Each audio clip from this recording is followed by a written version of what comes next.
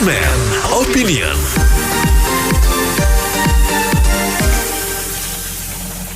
Mitra bisnis, Presiden Jokowi berpesan agar masyarakat tidak ada lagi yang terprovokasi dengan politik identitas SARA dalam pemilu 2024. Nah, untuk itu Presiden meminta 7 komisioner KPU yang baru saja dilantik agar memberikan pendidikan politik yang baik kepada masyarakat. Apa komentar Anda? Mungkinkah menghilangkan politik identitas yang bermuatan SARA dalam kampanye? Silakan Mitra Bisnis 6339160. Ya, saya kira politik identitas itu akan tetap ada selama masyarakat ini tidak terdidik dengan baik terus menerus. Semuanya mungkin aja. Contohnya dulu kan yang himbauan agar pakai helm, semuanya beberapa tahun nggak pernah bisa. Tapi setelah dibikin tidak pakai helm denda dengan duit, maka semuanya patuh. Nah, ini juga bisa dibikin seperti itu. Kalau misalkan pada saatnya itu terjadi politik identitas, di skim aja pelanggarannya itu dengan denda duit, pasti semuanya akan tunduk. Dan juga masalah-masalah yang ada sekarang kayak pajak atau apa-apa lainnya, itu karena harga jual di luar lebih tinggi. Nah, untuk pemilu nanti biaya kan perlu. Nah, itu juga denda-denda itu nanti dimasukkan untuk biaya tambahan sehingga semua pasti tunduk. Terima kasih. Kalau menghilangkan nampaknya susah atau bahkan sulit untuk dilaksanakan di Indonesia. Tapi menurunkan bisa. Alasannya apa? Karena di Indonesia ini kan orang merasa bahwa ada yang merasa masih mewakili Tuhan, bisa menentukan ini, bisa menjamin bisa masuk surga atau neraka. Jadi kalau selama masih ada perwakilan seperti itu, nampaknya susah dihilangkan. Itu saja komentar saya. Menurut saya bisa, tapi harus konsekuen. Dimulai dari tempat-tempat ibadah, di mana maaf saja seperti yang di agama Islam, banyak sekali Pak Ustadz yang badungan gitu, itu yang suka provokasi. Maka itu mesti dimulai dari situ. Kalau begitu ada provokasi, langsung ditangkap dan harus disertifikasi. Begitu juga untuk agama yang lain. Kalau ada provokasi, harus ditangkap, harus ada sertifikasi juga itu. Terima kasih.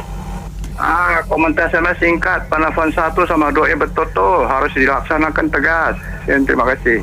Iya, sejauh yang jadi kandidatnya itu harus yang benar-benar jiwanya cinta tanah air, sudah selesai tidak mencari kekayaan, tetapi memang mau mengabdi. Dan yang paling penting dari pilkada ataupun pemilu sebelumnya, jangan ada calon kandidat yang menghalalkan segala cara memakai agama untuk mendapatkan kekuasaan. Itu yang paling bahaya. Ya, jadi kandidat yang seperti ini kalau bisa sebelum bertanding sudah dianulir saja daripada membuat perpecahan. Terima kasih. Saya pikir memang kita harus cerdas. Kita kan sudah banyak sekolah, apalagi sekolah kita tinggi-tinggi gitu loh. Nah, kita pilih cerdas tuh pilih presiden yang baik gitu, yang tidak korupsi. Masa pilih presiden korupsi? Kalian cuma dikasih nasi bungkus 100.000, ngapain gitu loh? Harus cerdas menjadi pemimpin gitu. Makasih. Harus jadi tantangan ya. Ini maksudnya jangan sampai influencer atau politisi yang akan dipilih nanti menjadi RI1 di Ahok kan atau di Ade Armando kan gitu loh ya. Jadi saya kira ini merupakan suatu tantangan besar bagi Menko Polhukam, Kapolri juga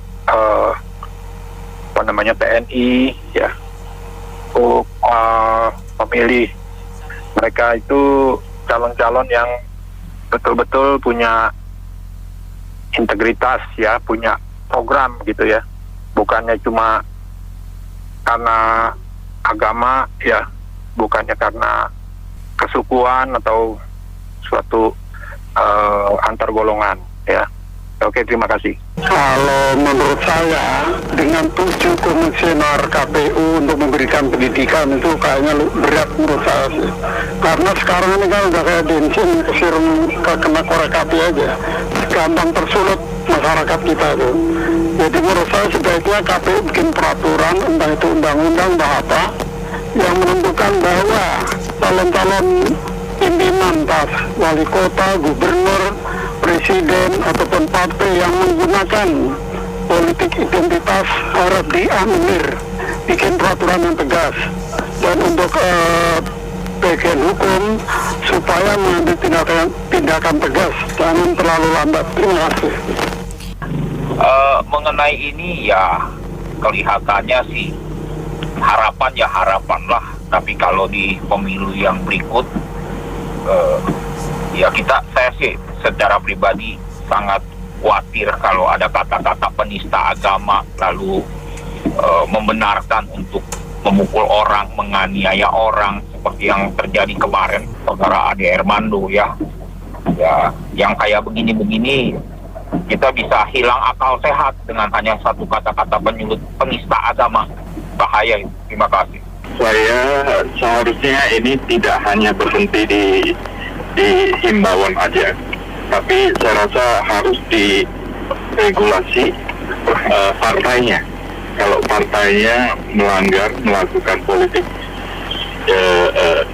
sara, itu harus diberi sanksi. Saya rasa cukup. Terima kasih.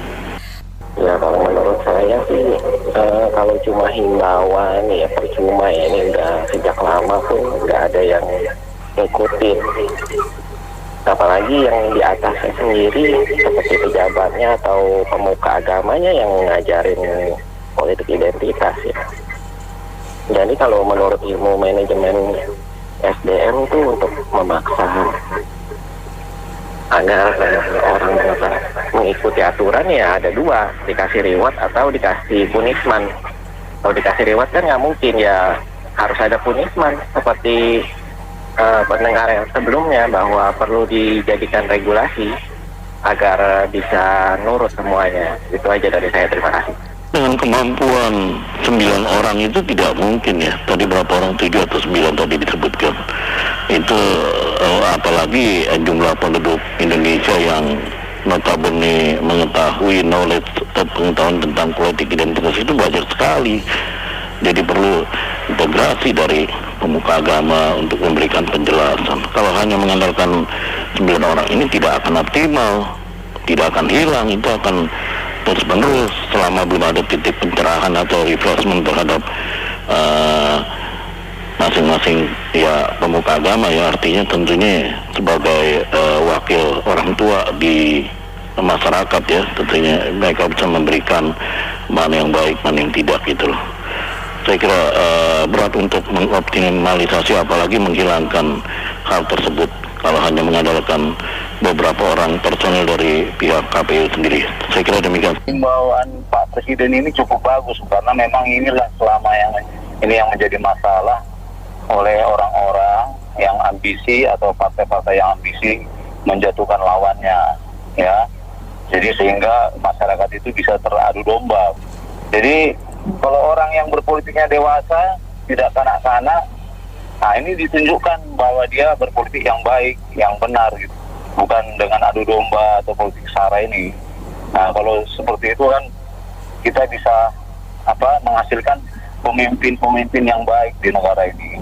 Itu. Jadi kita juga masyarakat ya harus meleklah politik, lihat siapa sih yang menyuarakan politik sara ini, itu berarti partai dan orang-orang pribadinya itu harus dihukum gitu.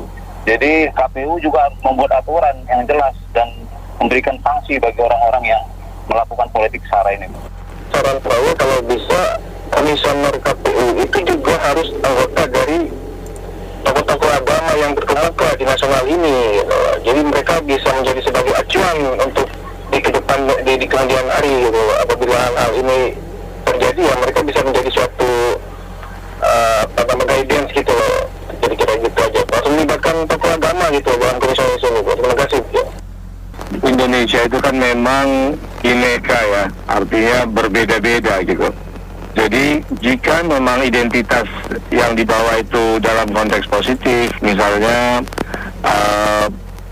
orang yang berada di luar ibu kota, maksudnya di luar dari kota besar, ingin pembangunan sifatnya pedesaan, jadi ada identitas orang pedesaan, ada identitas kaum urban, atau bahkan agama sekalipun. Jika pemeluk agama Islam misalnya ingin membawa identitas pada partai tertentu, tapi selama itu tidak saling membenturkan dan dalam rangka ketunggal ikaan atau saling menghargai, harusnya tidak apa-apa. Yang berbahaya itu adalah kalau identitas yang berbeda-beda itu memang saling dibenturkan dan terjadi kerusuhan sosial. Tetapi saya pikir pemerintah harus memulainya dari ketua-ketua partai atau partai-partai politik, karena kalau rakyat kan kalau nggak diprovokasi oleh pemimpinnya atau partainya kan dia tidak akan terprovokasi negatif. Jadi harus dimulai dari pendidikan politik, bukan rakyat tapi pendidikan di partai politik itu sendiri. Terima kasih.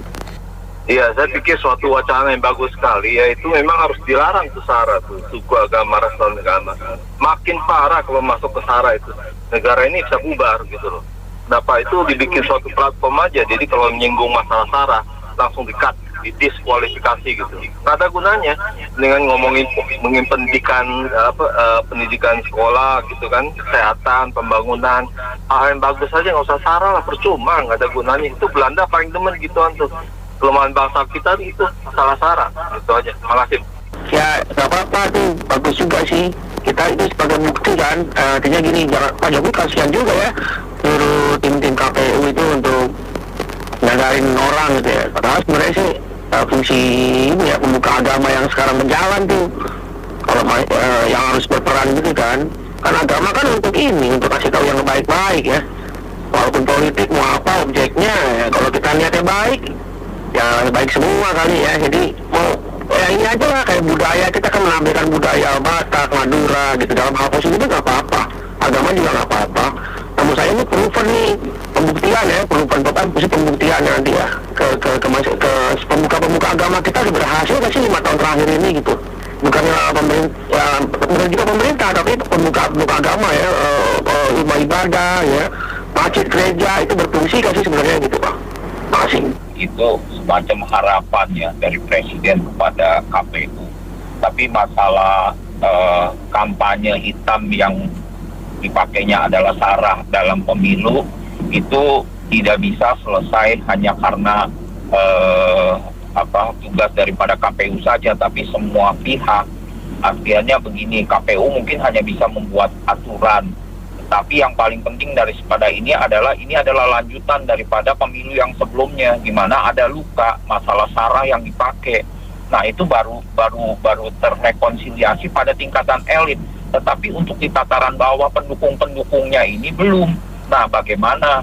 Yang terjadi sekarang adalah mungkin kita harapannya adalah pendidikan politik yang baik, perbaikan ekonomi, keteladanan dan nasionalisme. Nah khusus keteladanan saya mau mencontohkan satu hal saja. Ini misalnya yang terjadi pada waktu COVID. Ada bagian daripada kabinet salah satu menteri sosial yang mengurus masalah ini, tapi dana COVID-nya dikorup. Nah hal-hal seperti ini yang melukai masyarakat. Nah kadang-kadang didoktrin dengan hal-hal kebencian-kebencian. Nah itu makanya yang suka korupsi itu harus ditindak tegas dan dimengertikan banget, itu sangat merugikan. Jadi bukan masalah saranya, tapi bagaimana kita berlaku adil, khususnya pejabat yang suka korup itu tidak bekerja dengan baik untuk memperbaiki negeri ini. Mana nasionalismenya? Ayolah kita bangkit, jangan jadi yang bangsa yang begitu aja, menjadi kerdil hanya karena masalah SARA. Terima kasih.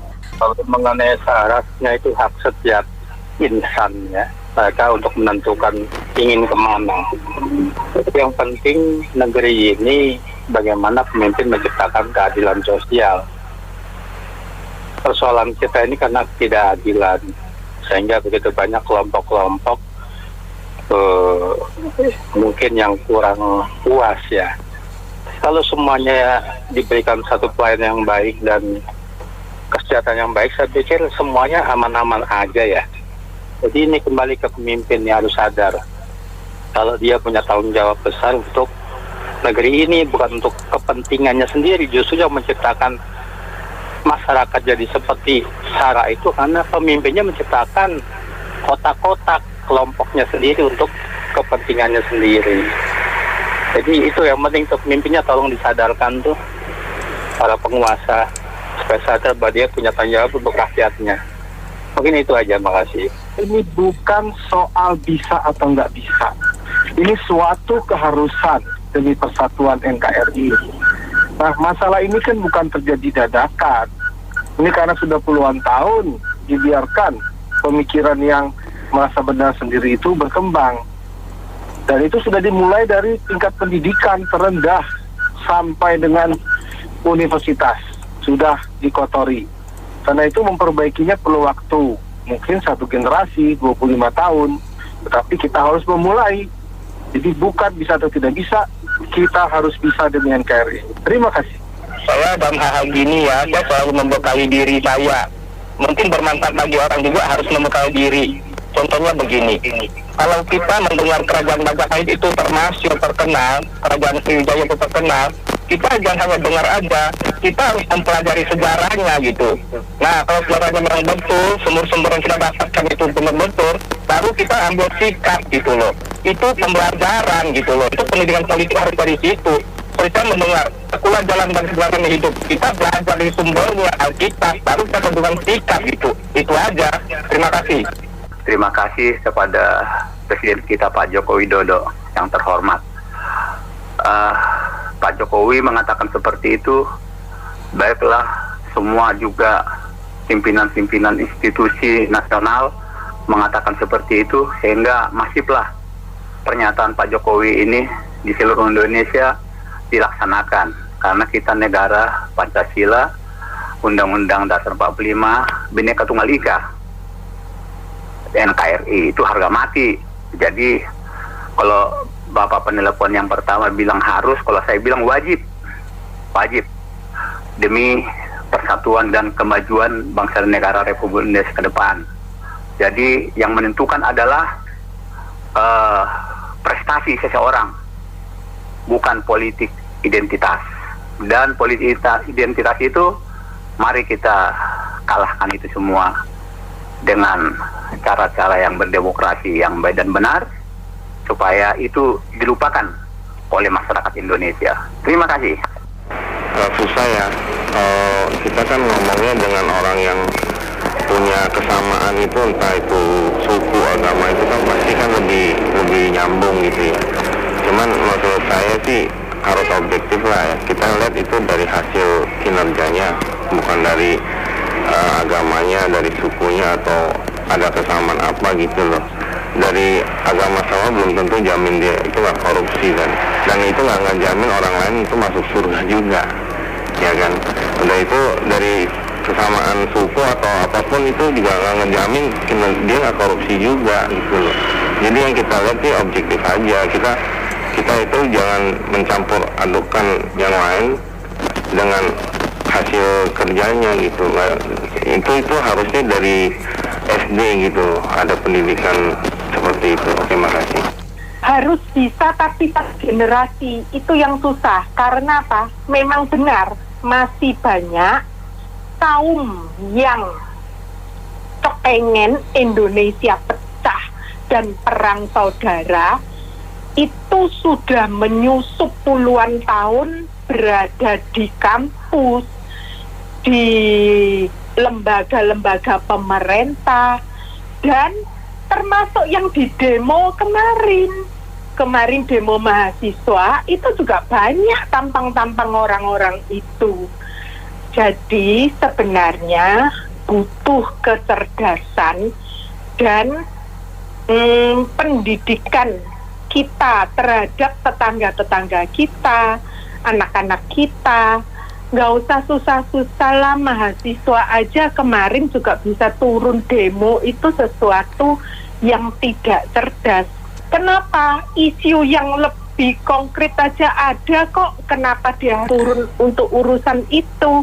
Tambah lagi, satu lagi, punya rasa sedikit nasionalisme bahwa keutuhan dari NKRI itu tergantung dari kita semua, karena yang menjual politik identitas itu bakal mencalonkan? Makasih. Saya sependapat dengan yang dikatakan Pak Presiden bahwa kita harus tinggalkan politik identitas ya. Tapi saya melihat Pak Presiden masih kena hati. Jadi anjuran untuk meninggalkan politik identitas itu bukan hanya ke KPU, tapi juga ke partai-partai. Karena sebetulnya yang paling bertanggung jawab untuk pendidikan politik dan kewarganegaraan itu adalah partai politik. Nah, hari ini kita nggak melihat partai politiknya apa yang telah mereka lakukan untuk pendidikan politik dan kewarganegaraan. Ya. Jadi saya pikir sasaran pernyataan Pak Presiden itu lebih tepat kepada partai-partai politik, baik yang berkuasa di tingkat pusat maupun di tingkat daerah, termasuk politikus-politikus yang ada di pusat dan daerah. Karena mereka inilah sebenarnya yang melakukan politik identitas. Rakyat ini sudah capek jadi domba, dipecah belah. Jadi marilah para politikus yang mendengarkan radio ini supaya sadar, karena yang mereka lakukan itu dampaknya adalah sangat fatal bagi keutuhan Republik Indonesia. Terima kasih. Saya pengen bilang mungkin, tapi kayaknya harus realistis juga. Jadi kayaknya saya mungkin bilangnya tidak mungkin, karena biar bagaimanapun pasti akan ada politik identitas itu. Jangankan di Indonesia ya, di negara-negara yang liberal kayak apapun itu pasti ada politik identitas, baik itu suku, ras, ataupun agama. Jadi yang mungkin bisa dilakukan adalah memperkecil atau lebih merasionalisasikan pemilih-pemilih kita. Jadi ya kalau menurut saya sih benar juga diberikan pendidikan politik yang benar, dan juga diberikan kalau politik identitas itu tidak sepenuhnya jelek, tapi juga tidak sepenuhnya baik gitu loh. Jadi kalau menurut saya ya pendidikannya aja lah diperbaiki. Ya, kalau dalam pemilu gitu loh, dan hal-hal lain juga ya, saya pikir tuh kita mesti memakai nalar yang tajam gitu loh, logika yang baik, jangan main hoax gitu loh. Itu penting. Apalagi agama kan mengajarkan sesuatu yang tidak kacau gitu loh. Jadi kita harus berpikir yang baik, logika harus dipakai dalam hal-hal apapun gitu loh. Itu aja dari saya. Terima kasih. Educate tentang politik itu sangat penting ya, karena untuk menghindari provokasi, apalagi sara dan dibawa-bawa agama. Itu saja. Terima kasih. Menurut saya kemungkinannya kecil atau hampir tidak bisa. Karena apa? Karena ya kita ketahui bahwa dari tahun 1955 dulu sampai 2019 bahkan mau diteruskan 2024 itu yang akan datang di 2024, kemungkinan di belakang layar setting atau jual beli jabatan saja pemilu di Indonesia. Jadi demokrasinya itu hanya sekedar drama sandiwara. Kemungkinan seperti itu rakyat sudah banyak tahu. Jadi drama-drama di politik kita itu sudah diketahui banyak rakyat. Sehingga kalau mau menghilangkan politik identitas, bagaimana kalau bisa hilang cepat? Ya mungkin kalau bisa hilang lama. Jadi kemungkinannya kecil, kemungkinan seperti itu. Terima kasih. Yang bicara Presiden kita katanya politik identitas, nonsen hilang politik identitas di Indonesia ini. Cuman kita minta tolong Bapak Presiden, sembako yang ada di Republik Indonesia ini diturunkanlah sekarang. Itu saja minta komitmen Presiden kita ini. Politik identitas nonsen semuanya. Jadi rakyat tidak memikirkan itu. Sembako kita, tempe kita, minyak goreng kita, coba tolong diturunkan ini. Bendakan kita ini. Ini misinya sangat berat ya, artinya kalau mengharapkan 7 orang komisioner anggota pemilu yang baru dibentuk untuk menghilangkan politik identitas ini berat ya, kalau tidak dibantu dengan semua elemen pemuka agama sebagai wakil orang tua di masyarakat maupun di sekolah-sekolah ya, karena mereka juga baru menjadi pemilih yang baru mungkin.